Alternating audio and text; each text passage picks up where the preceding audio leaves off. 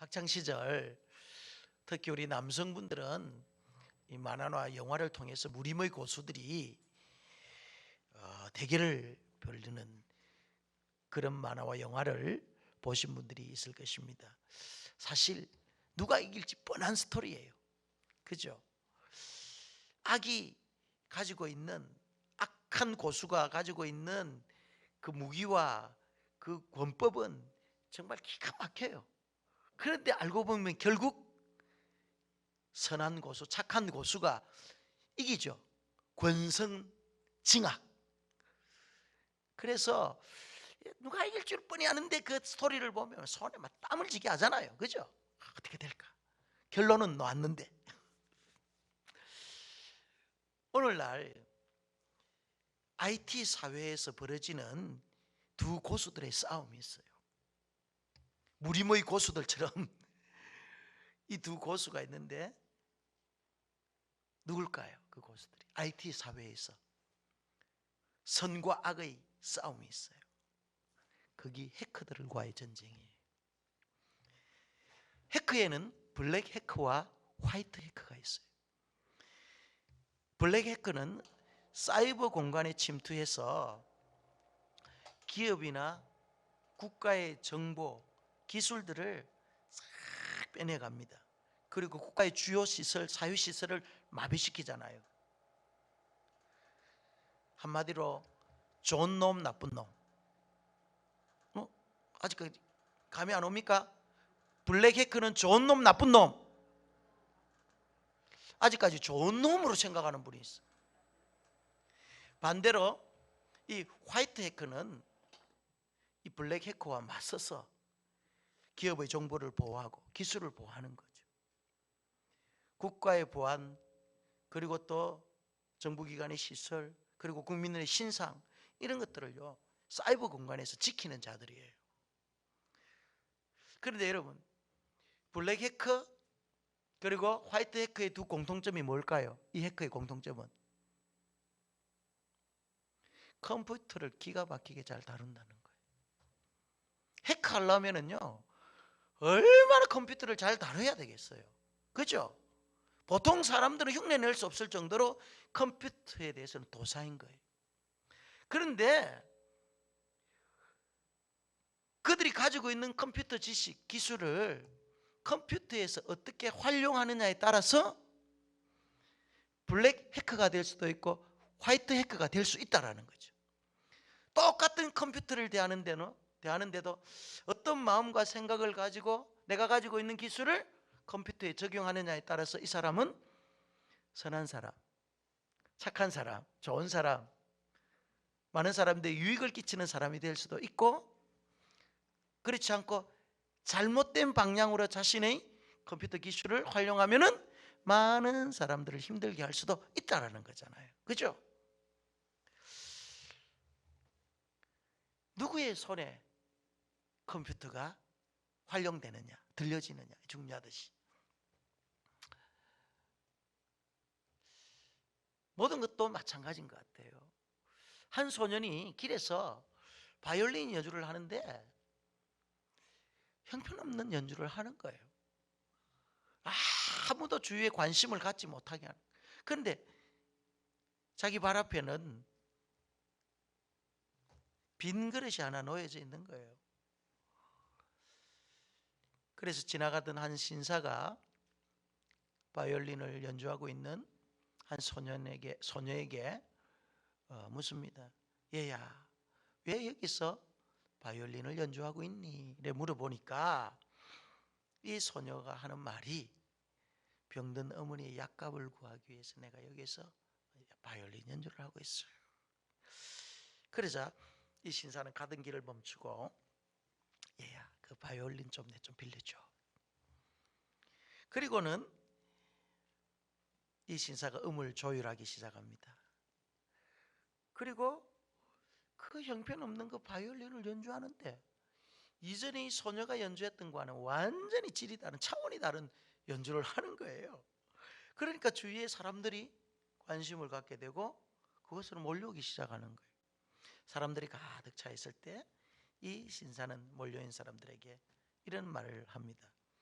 이 소녀가 병든 어머니의 약값을 벌기 위해서 거리에 나왔는데 우리 모두가 좀 도와줬으면 좋겠습니다 라고 하니까, 그리고 자신의 모자를 벗어가지고 그 관객들에게 돌리니까 어떻게 됐겠어요? 사람들이 주머니를 여는 거예요. 그리고 어머니 필요한 약값이 다 그게 나온 거예요. 무엇을 말합니까 여러분? 동일한 바이올린이지만은 서툰 소녀의 손에 들려졌을 때, 그리고 유명한 연주자의 손에 들려졌을 때는 감동이 다르다는 거죠. 결과도 달라지는 거예요. 성경에는 사람들의 손에 들려진 종려나무 가지 이야기가 두 군데 등장합니다. 한 군데는 우리가 오늘 읽었던 이 본문 요한계시록 7장이에요. 여기에 보면은 흰 옷을 입은 큰 무리가 손에 종려나무를 가지를 들고 외치며 하나님께 찬양하는 그 내용이 나옵니다.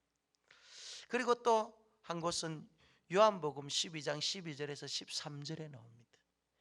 그 이튿날의 명절에 온 큰 무리가 예수께서 예루살렘으로 오신다는 것을 듣고 종려나무 가지를 가지고 맞으러 나가 외치되 호산나 찬송하리로다. 동일한 큰 무리, 동일한 종려나무 가지지만은 좀 성격이 좀 달라요. 의미가 좀 달라요. 예수님께서 예루살렘에 입성할 때 수많은 무리들이 손에 들고 흔들었던 그 종려나무와 지금 천상에서 어린 양 예수와 보좌에 앉으신 하나님께 외치며 노래하는, 찬송하는 그 수다한 사람들의 종려나무가 다른 거예요. 나무가 다른 거예요 지금.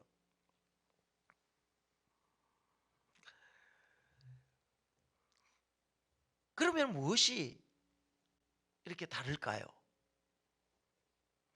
계시록에 기록된 이 종려나무 가지는 어린 양이신 예수님, 보좌에 앉으신 영원하신 하나님을 영원히 경배하기 위해서 그들이 들고 있는 그런 가지지만은, 요한복음 12장에 나오는 종려나무 가지는 일시적 환영을 위한 가지였습니다. 그렇다면은 예루살렘 성으로 입성하는데 수많은 무리들이 종려나무 가지를 들고 예수님을 열렬히 환영했던 이유가 뭘까요? 이유가 있을 거 아니에요. 그냥 아무런 생각 없이 환영합니까? 아니에요. 그들이 종려나무 가지를 들고 그들의 겉옷을 예수님이 가는 길에 펼치면서 호산나 호산나 하는 그 이유가 있었단 말이에요. 그 이유가 뭘까요? 그것은 바로 그동안 구약의 옛 선지자들이 우리를 구원해 줄 이 메시아, 이 현실적인 어려운 문제들을 해결해 주실 그 메시아를 예언했는데, 지금 예루살렘에 입성하는 예수님이 그 메시아라는 거예요. 다윗의 그 찬란했던 왕국을 재건하고 로마 정부로부터 잃었던 주권을 다시 찾고 그들이 굶주린 배를 채워줄 수 있는, 그래서 부와 영광과 이 땅의 모든 혜택을 가져다 줄 그런 메시아, 그 메시아가 지금 예루살렘으로 입성하고 있다는 거예요. 그러니까 너무너무 그들의 마음이 지금 흥분이 되어 있는 것입니다. 그런데 예수님께서 지금 나귀를 타고 예루살렘 성으로 입성하는 것이 그들이 의도하는 대로 로마의 압정에서부터 그들을 자유케 하고 굶주린 그들의 배를 채워주고, 그리고 다윗 왕국의 찬란했던 그 영광을 회복하기 위해서 예수님께서 지금 예루살렘으로 입성하고 있습니까? 그들이 의도하는 전혀 다른 모습이에요. 한마디로 예수님께서 지금 예루살렘으로 입성하는 것은 죄인을 구원하시고 어둠의 권세 아래 놓여 있는 많은 영혼들을 자유케 하고 영원한 하나님의 나라를 이 땅에 건설하기 위해서 고난을 당하시고 십자가를 지시고 죽기 위함이라는 거예요. 예수님은 지금 인류 구원의 대역사적 파노라마를 성취하기 위해서 그것이 곧 죽음의 길이요, 그것이 십자가의 길인데 그것을 향해 예수님은 달려가고 있는데 지금 군중들은요 자기들밖에 모르는, 자기들 생각만 하는 거예요. 야, 이분이 드디어 우리를 살려주는구나, 이분이 우리에게 진정한 자유를 주는구나, 이런 생각을 가지고 있었던 거죠. 그런데 여러분, 예수님을 맞이했던 그 종려나무를 들고 호산나 호산나 찬양했던 그들이 돌변합니다. 태도가 바뀝니다. 왜 그럴까요? 그들이 의도했던 목적대로 예수님께서 살지 않았기 때문에. 그것이 말이 일주일도 안 가, 다시 한 번에. 환영의 소리 대신에 저주의 소리를 합니다. 십자가에 못 박으소서. 5일 전에는요 예수님을 향해서 종려나무 가지를 흔들면서 호산나 호산나 찬양하던 사람이 5일 후에는 십자가에 못 박으라 그들의 외침이었습니다. 그러면서 그 피를 우리와 우리 자손에게 돌릴지어다, 이런 저주의 말을 합니다. 예수님이 그들의 목적대로 움직이지 아니하고 그들의 의도에 부합하지 아니하니까 호산나 찬양하던 그들이 십자가에 못 박으라 하는 거예요. 십자가에 못 박으라. 그리고 그 피를 우리와 우리 자손들에게 흘리게 해라는 거예요. 이 엄청난 저주의 말이죠. 그들의 말이 씨가 되었을까요? 나중에 2차 세계대전 히틀러에 의해서 유대인이 600만 명 이상이 희생당합니다. 우연의 일치일까요?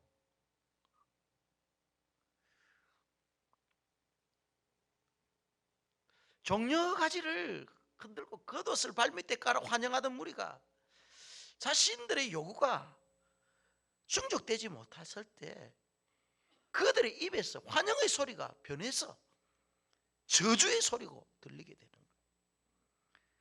그러나 또 여러분, 계시록에 등장하는 흰옷 입은 많은 사람들, 그들이 들고 있는 종려나무 가지, 이들은 지금 어린 양 대신 예수님과 본좌에 앉아 계신 그 하나님께 영원토록 경배와 찬양을 하는 거예요. 그들이 다른 의도와 목적이 있는 게 아니에요. 그냥 보좌에 앉아 계신 그 하나님, 그 어린 양 예수 그리스도, 그분 존재, 그분의 존재 자체만으로도 그들에게는요 엄청난 영광과 찬양을 올려드리는 거예요. 다른 목적이 있는 것이 아니었다라는 거예요. 아니었다는 것입니다. 여러분, 오늘 우리가 동일한 장소에서 동일한 시간 안에 하나님 앞에 예배를 드리고 있는데, 우리에게는 지금 두 종류의 종려 가지를 들고 예배를 드려요. 어떤 분은 예루살렘 입성 당시에 호산나 호산나 외쳤던 그 수많은 무리들이 든 종려 가지를 들고 예배를 드릴 수도 있고요, 또 어떤 분은 지금 천상에서 흰옷 입은 수많은 무리들이 보좌에 앉아 계신 하나님과 어린 양 예수께 기쁨으로 그분의 존재 자체만을 감사하여 기뻐하여 경배하는 자들처럼 예배하는 자도 있을 거예요. 여러분은 어떤 종려나무 가지를 흔들면서 지금 예배를 드리겠습니까?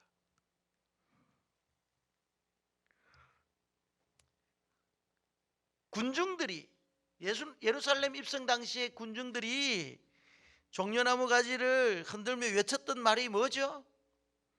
호산나예요. 호산나. 호산나 찬송하리로다. 이 호산나라는 말의 뜻은 히브리어로 호시아나란 말이에요. 호시아나. 여기서 호시아라는 말은 시편 118편 25절에 여호와여 구하옵나니 이제 구원하옵소서. 구원해 달라는 거예요. 호산나 호시아나라는 말은 우리를 구해. 여기에서 호시아나라는 이 나라는 것은요, 여기에는 절규와 외침, 간절함이 있는 거예요. 그러니까 한마디로 호시아나 하면은 제발 우리를 구원해 달라는 거예요. Please, 영어로 please. 지금 예수님께서 예루살렘에 입성할 당시에 수많은 군정들이 호시아나 호시아나 한 거는 뭐죠? 제발 우리를 구원해 주셔서, 우리를 구원해 주셔서. 그들의 구원이 어떤 구원일까요? 그렇다면 그들이 외쳤던 구원과 오늘 요한복음 7장 9절에서 12절에 나오는 흰옷 입은 수많은 사람들이 종려나무를 가지고 외쳤던 구원하심이 하는 이 구원은 그 성격이 다르다는 거예요. 다르다는 거예요.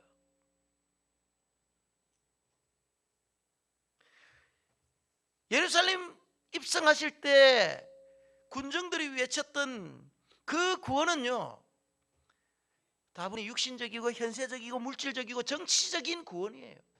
지금 내가 이 땅을 살아가고 있는데 너무너무 삶의 무게가 힘들고 어렵고 여러 가지 지금 현실적 상황이 힘들기 때문에 좀 이 상황을 모면해 주십시오. 제발 우리를 이 어려운 지경에서 좀 건져 주십시오 하는 그런 다분히 육적인 그런 호시아나를 외쳤던 거죠. 그러나 계시록에 등장하는 흰옷 입은 무리들이 외쳤던 구원은 영적인 구원, 죄에서의 구원, 영혼의 구원, 본질적이고 근본적인 그 구원을 지금 찬양하고 있는 거예요. 완전히 다르죠? 물론 우리 예수님께서 이루신 이 구원은 육적인 거와 영적인 게 다 종합적인 거예요. 완성된 구원이에요. 그런데 문제는 우리가 외치는 이 구원이 다분히 육적인 것에만 머물러 있으면 어떻게 될까요? 성난군중으로 변한다니까요. 육적인 것들이 만족되지 아니하면요, 나도 모르게 어느 순간 예수님을 향해 돌을 던진다니까요. 호산나 호산나 부르짖던 그 예수님 앞에 십자가에 못 박아서서 이란다니까. 우리의 구원이 자기중심적이고 내가 의도한 대로, 내가 목적한 대로 이루어지지 아니하면요, 내가 들고 있는 이 종려나무 가지는 지금 잘못 흔들고 있는 거예요.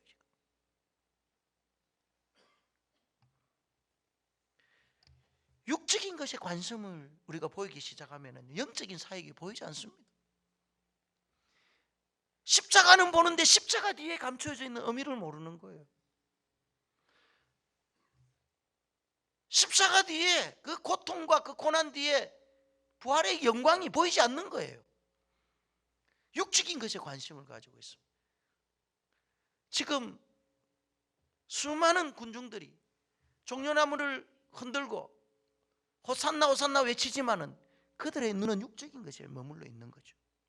그러니까 예수님이 지금 십자가를 지시고 인류를 구원하실 그 구원의 대파노라마를 그대로 보지 못하는 거예요. 우리 자신의 이기적인 욕망만을 생각하는 거예요. 이기적인 욕망을 가지고 종려나무 가지를 흔드니까 내 욕망이 채워지지 아니하면 등을 돌리는 거죠. 예수 믿어도 별 볼 일 없더라. 교회 나가도 별 거 뭐 유익한 거 없더라. 교회 나가는 보니까 뭐 이렇더라. 다 이런 말씀을 하시는 분들은요, 결국은요, 예루살렘 입성할 때 그들이 호산나 호산나 하며 들고 있던 종려나무 가지를 들고 있는 거예요. 그런 마음을 가지고 예배를 드리고 있는 분은 지금 그런 사람들.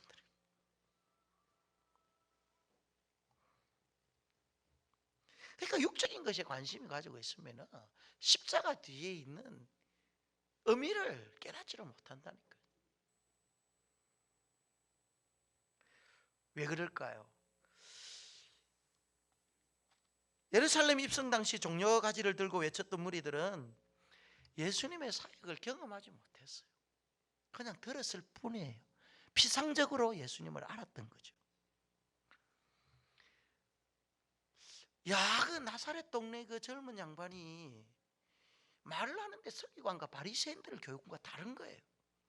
권세가 있고 능력이 있는 거. 그가 말 한마디 하니까 귀신이 쫓겨나가더라는 거. 말 한마디에 병든 자가 벌떡벌떡 일어나더라는 거예요. 그분이 소경의 눈을 뜨게 하더라는 거예요. 그분이 죽은 지 사흘 된 자를 살리더라는 거예요. 그런데 그것을 소문으로만 듣는 거예요. 내가 경험하지 못하고. 그래 하더란다. 그분의 말씀에 능력이 있다더란다. 베세다 광야에서 5,000명을 먹이고 남은 것이 12광줄이나 된다 하더라. 내가 경험하지 못한 메시아, 직접 체험하지 못한 예수님을 믿을 때 상황과 태도가 달라집니다. 완전히 달라지죠. 내가 예수님을 인격적으로 만난 사람은요, 어떠한 상황 속에서도 그 예수 그리스도를 신뢰해요.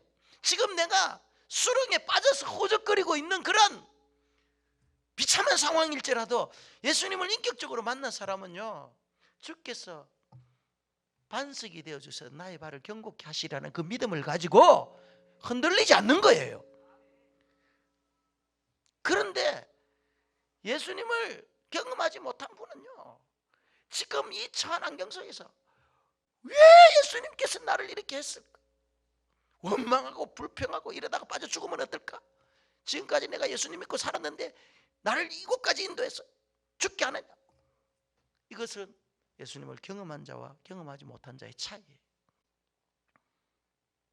예수님을 경험하지 못한 사람들은요, 결국은요, 시들어버릴 그 종려나무 가지를 들고 지금 신앙생활을 하는 거예요. 그러나 계시록에 나오는 흰옷 입고 종려가지를 든 무리들은 예수님을 경험했어요.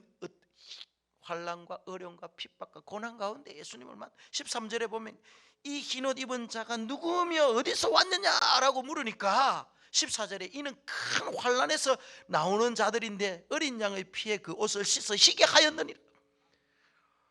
지금 흰옷 입은 큰 무리들이 종려나무를 가지고 외치고 찬양하는 자들이 어디에서 왔느냐 물어보니까 이들이 그 환난에서 왔다는 거예요. 환난에서. 예수 그리스도를 믿음으로 말미암아 당하는 불이, 예수님 때문에 당했던 고난, 핍박, 기근, 여러 가지 칼의 위험, 그들이 살아오면서 우리에게 구원을 주시고 생명을 주신 그분을 위해서 이 땅에 있는 모든 것들을 배설물로 여기고 말이죠. 이 땅의 영광으로 추구하지 아니하고 하나님 나라의 영광을 위해서 그들이 말이죠, 모든 고난을 감수했던 자들,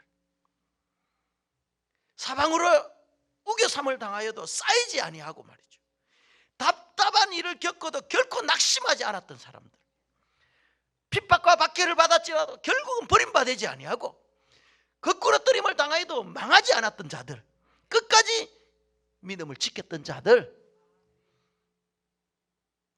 그들이 천상에서 지금 종려나무 가지를 들고 보좌에 앉아 계신 하나님과 예수 그리스도께 찬양을 하더라는 거예요. 찬양을 하더라는 거예요. 예수님을 경험하고 하나님을 경험한 사람은 여러분 절대 변할 수가 없습니다. 환경에 따라, 상황에 따라 여러분 태도가 달라지지 않습니다. 묵묵하게 인내하며 믿음의 길을 가는 자들이죠. 그들이 결국은 천상에서 시들지 아니하는 그 영원한 종려나무 가지를 흔들면서 보좌에 계신 하나님께 찬양하는 자들이죠. 지금 보좌에 앉아있는 그 하나님을 향해서 수많은 무리들이 종려가지를 흔들고 찬양하는 내용이 뭡니까? 오늘 우리가 불렀던 찬양의 가사, 오늘 10절 구원하심이 보좌에 앉으신 우리 하나님과 어린 양의 이토다, 최후 승리를 경험한 자들이 부르는 찬양, 구원하심이 보좌에 앉으신 우리 하나님과 어린 양께 있도다. 구원하심이 보좌에 앉으신 우리 하나님과 어린 양께 있도다. 여러분, 우리가 불렀던 이 찬양이요, 앞으로 우리가 천상에서 흰옷 입은 수많은 무리들이 불렀던 이 찬양을 동일하게 우리가 부르고 있는 것이, 앞으로도 그 찬양을 위해서 부를 줄 믿습니다. 그런데 이 땅에서 말이죠, 만약 예루살렘 입성 당시에 수많은 군중들이 호산나 호산나 그 불렀던 그 찬양, 그들의 구원을 자신들의 이기적인 욕망을 위해서 채우려 했던 그 찬양이었다면요, 그 찬양은 오래가지 못할 것이고 그들이 흔들었던 종려나무는 곧 시들어 말라 없어질 것입니다. 그러나 저 위에서 이 찬양을 우리가 부를 수 있는 사람들은 어떤 사람입니까? 믿음의 선한 싸움을 싸우고 말이죠, 우리가 달려갈 그 길을 끝까지 달려가고 끝까지 이 길을 마친 사람, 믿음의 길을 끝까지 간 사람, 환난을 이기고 피 흘리기까지 죄와 싸우고 말이죠, 어둠의 권세들과 싸워서 승리한 자들만이 부를 수 있는 그런 노래가 지금 흰옷 입고 부르는, 종려나무 가지를 들고 부르는 그들의 찬양인 줄 믿습니다. 요한복음에서 종려나무와 요한계시록에서의 종려나무가 왜 이래 다를까요? 동일한 사람이 기록했음에도 불구하고 왜 이렇게 종려나무의 의미가 다를까요?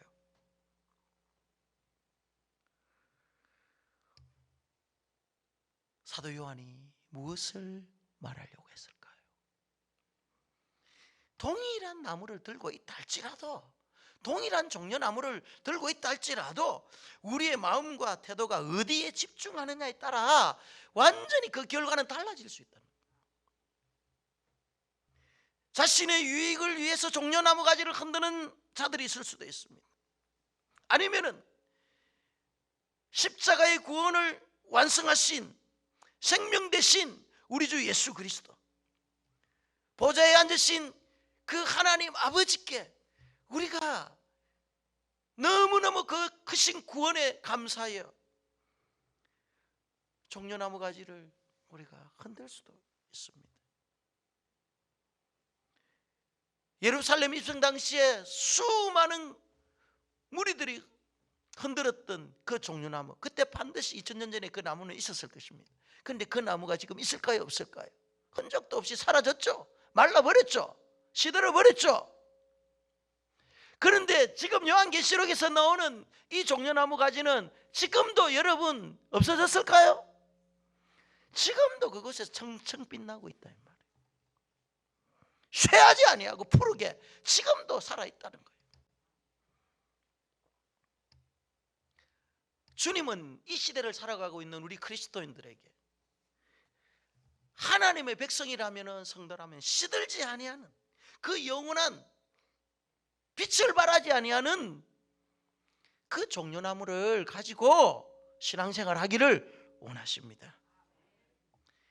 이 종려나무는요, 구약에 보면은 지치고 피곤한 사람들에게 휴식을 제공하는 아늑한 쉼터였어요.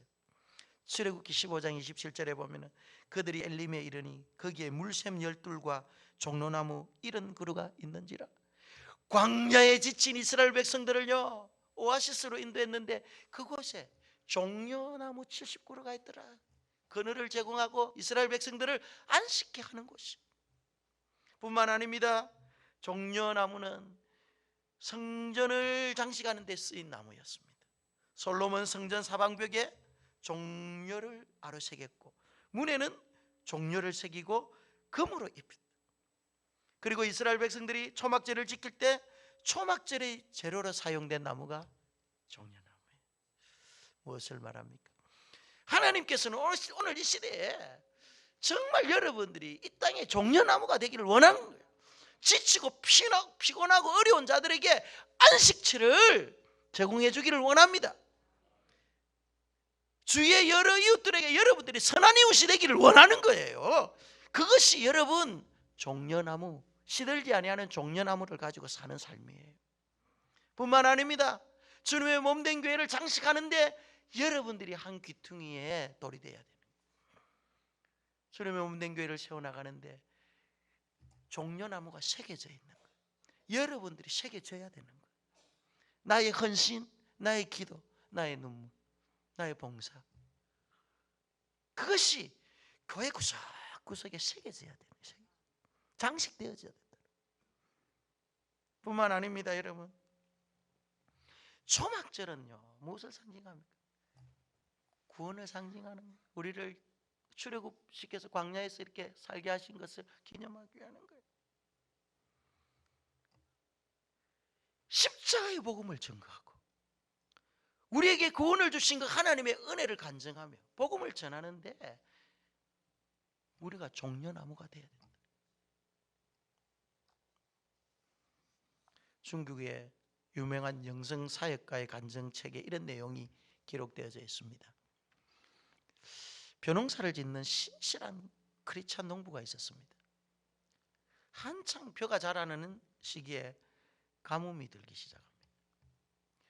이 가뭄이 들다 보니까 뜻하지 않는 일들이 발생하는 거예요. 아래 곳에서 농사를 짓는 농부가 밤이 되면은 몰래 이 크리스찬 농부의 논에 있는 물을 이제 도둑질해 가는 거예요. 물고랑을 싹 터가지고. 하루 이틀이 아니고 자주 그러는 거예요. 가뭄이 나다 보니까 얼마나 힘들겠어요. 그리고 이 신실한 크리스찬은요 그것을 알면서도 물에 또 길러 와가지고 물을 채우는 거예요. 그러다 보니까 마음이 영 불편해. 그래서 그들의 영적 리더에게 찾아가 상담을 합니다. 저에게 이런저런 일들이 있었는데 어떻게 하면 좋겠습니까? 마음이 참 불편합니다. 이러니까 그 리더가 하는 말이 우리 주님께서는 올바른 일보다 더 위대한 일을 원하십니다. 이런 말을 하는 거예요. 올바른 일보다 더 위대한 일을 원한다는 거. 여러분, 나의 논에 있는 물을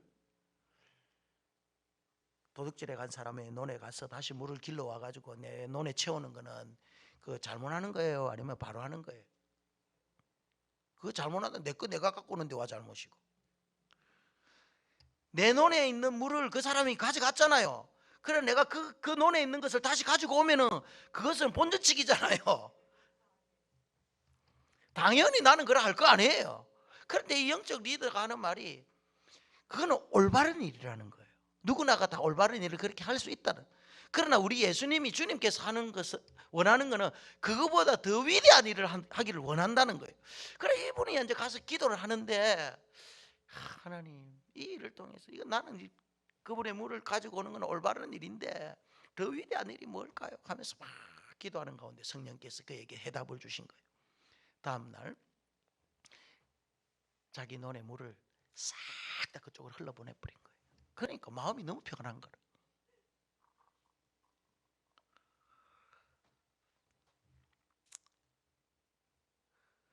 그 후에 이 아랫 마을에 있는 농부가 물을 빼갔을까요? 안 빼갔을까요? 빼가면 이건 진짜 나쁜 놈이지. 그 뒤에 물을 빼가지 않은 거예요. 이것으로 이야기의 스토리가 끝나면은요 별 의미가 없는 이야기예요. 시간이 흘렀어요. 시간이 흘렀는데 어느 날 이 아랫 마을에 농부가 찾아온 거예요. 찾아와서 이야기를 합니다. 물어봅니다. 그때 왜 알면서도 나에게 물을 그래 흘러보냈느냐 이렇게 물으니까 이분이 하는 말이 신실한 크리스찬 농부가 하는 말이 나의 주인께서 그렇게 하라고 시켰다 이라는 게. 그러니까 사람 눈이 동그란 네 주인이 누구야? 과연 당신의 주인이 누구길래 이런 일을 하게 하느냐? 그러니까 이때 이 크리스찬 농부가 예수님을 소개하는 간증하는 게 자기가 예수님을 믿고 그분이 자신의 인생의 주인됨을 고백하고 간증하니까 이 아랫마을의 못된 농부가 그런 주인님 나도 좀 소개시켜달라는, 나도 그런 주인님 좀 모시고 살고 싶다는 거예요. 어떻게 했을까요? 그날 그 아랫마을의 농부가 예수 그리스도를 영접하고 구원을 받는 놀라운 역사가 일어난 거예요. 하나님은 우리가 올바른 일을 하는 것은 당연한 거예요. 그걸 믿지 않는 사람들도요 정의롭게 해요. 그러나 때로는 그 올바른 일을 뛰어넘어서 위대한 일을 하기를 원해요. 그건 아무나 하는 게 아니고 구원받은 하나님의 백성만이 할 수 있는 고차원적인 그런 삶을 사는 거죠. 주님께서 우리가 그렇게 살도록 주님께서 가능하도록 만들어 주셨어요. 여러분, 우리 손에는 두 종류의 종려나무가 있습니다. 어떤 것을 선택하고 어떤 것을 버리겠습니까? 오늘 이 시간 여러분 선택해야 됩니다. 우리 고난주간을 앞두고 여러분 우리가 어떠한 이제 삶을 살아야 될 것인지를 선택하고 결단해야 된다니까요. 예루살렘 입성할 때 그들이 호산나 외치면서 흔들었던 그 종려나무가 자신의 이기적 욕망을 채우기 위해서 내가 신앙생활을 하는 것인지, 아니면 나를 구원해 주신 예수 그리스도 십자가에 못 박히신 그분을 내가 위하여서 보좌에 앉아 계신 하나님의 영광과 어린 양 예수를 위해서 내가 믿음 생활할 것인지, 어떤 종려나무 가지를 들고 우리가 흔들 것인지 여러분은 결단해야 됩니다. 그래야만이 하나님께서 우리를 이 땅에 불러주신 그 부르심의 목적을 이루면서 살아가는 거예요. 그리고 그런 목적을 이루면서 살아간 자들이 마지막 궁극적인 곧 그 위에서 수많은 믿음의 형제들과 함께 거룩한 옷을 입고 그들이 가지고 있던 그 종려나무 가지를 우리가 들고 그들과 함께 믿음의 선조들과 함께 또 앞으로 우리의 후손 우리의 자녀들과 함께 이 노래를 우리는 부를 것입니다. 여러분, 내일부터 우리가 또 고난주간이 시작되지 않습니까? 저는 이번 고난주간이 지금까지 우리가 살아오면서 신앙생활하면서 해왔던 그 고난주간과 좀 차별화되어지고 좀 정말 다른, 뭔가 다른, 정말 이제 내 손에 잘못된 종려나무 가지를 흔드는 그런 고난에 참여하는 것이 아니라 진짜 십자가의 의미를 알고 말이죠, 그 고난에 참여하는 그 종려나무를 흔들면서 가기를 원해요. 정말 내가 여러분 좋아하는 것이 있습니까? 그러면은 그 주님의 십자가 고난에 동참하기 위해서 내가 한번 내가 좋아하고 내가 아끼고 내가 소중히 여겼던 것들을 한번 포기해 보는 거예요. 여러분, 나에게 정말 끊지 못하는 취미생활이 있습니까? 그렇다면 이 고난주간에 한번 우리가 절제하는, 그것이 십자가에 동참하는, 고난에 동참하는 것 아닙니까? 여러분이 정말 좋아하고 있는 월화 드라마 보지 않으면 도저히 잠을 잘 수 없는 그 연속극이 있다면 정말 그 시간에 한번 우리가 주님의 십자가를 묵상하면서 한번 고난에 동참해 보는, 우리 젊은 세대들, 우리 청소년들 스마트폰 게임, 그거 정말 끊을 수 없는 그 게임, 고난주간에 주님 생각하면서 한번 끊어보는 거예요. 이를 악물고 스마트폰 저는 꺼놓고 말이죠. 여러분들마다 다 다를 거예요. 다른 것들은 못해도 나는 한 끼 금식은 할 수 있다. 그래서 정말 배고픔을 통해서 주님의 그 고난에 한번 내가 동참해 보리라. 그 피곤하고 지쳐 잠을 잘 수밖에 없는 우리를 새벽을 깨워서 내가 주님의 고난에 한번 동참해 보리라. 이렇게 우리가 마음을 가지고 정말 고난주간을 살아간다면요, 4월 4일 부활주일의 의미가 달라질 것입니다. 지금까지 부활주일을 맞이했던 그날과 이렇게 정말 우리가 주님의 고난에, 십자가의 고난에 동참해서 했던 그 고난의 주간을 지나온 부활주일은 지금까지 한 번도 경험해 보지 못했던 그 부활의 영광, 하나님의 은혜, 이것들을 우리가 경험할 수 있지 않겠습니까? 저는 우리 가수원교회 성도님들이 정말 고난주간을 통해서 십자가 앞으로 한 걸음 더 나아가시는, 그래서 날마다 육체와 함께 그 종력을 십자가에 못 박으며 이 고난의 길에 함께 나아가는 가수원교회 성도가 되기를 주님의 이름으로 축복합니다.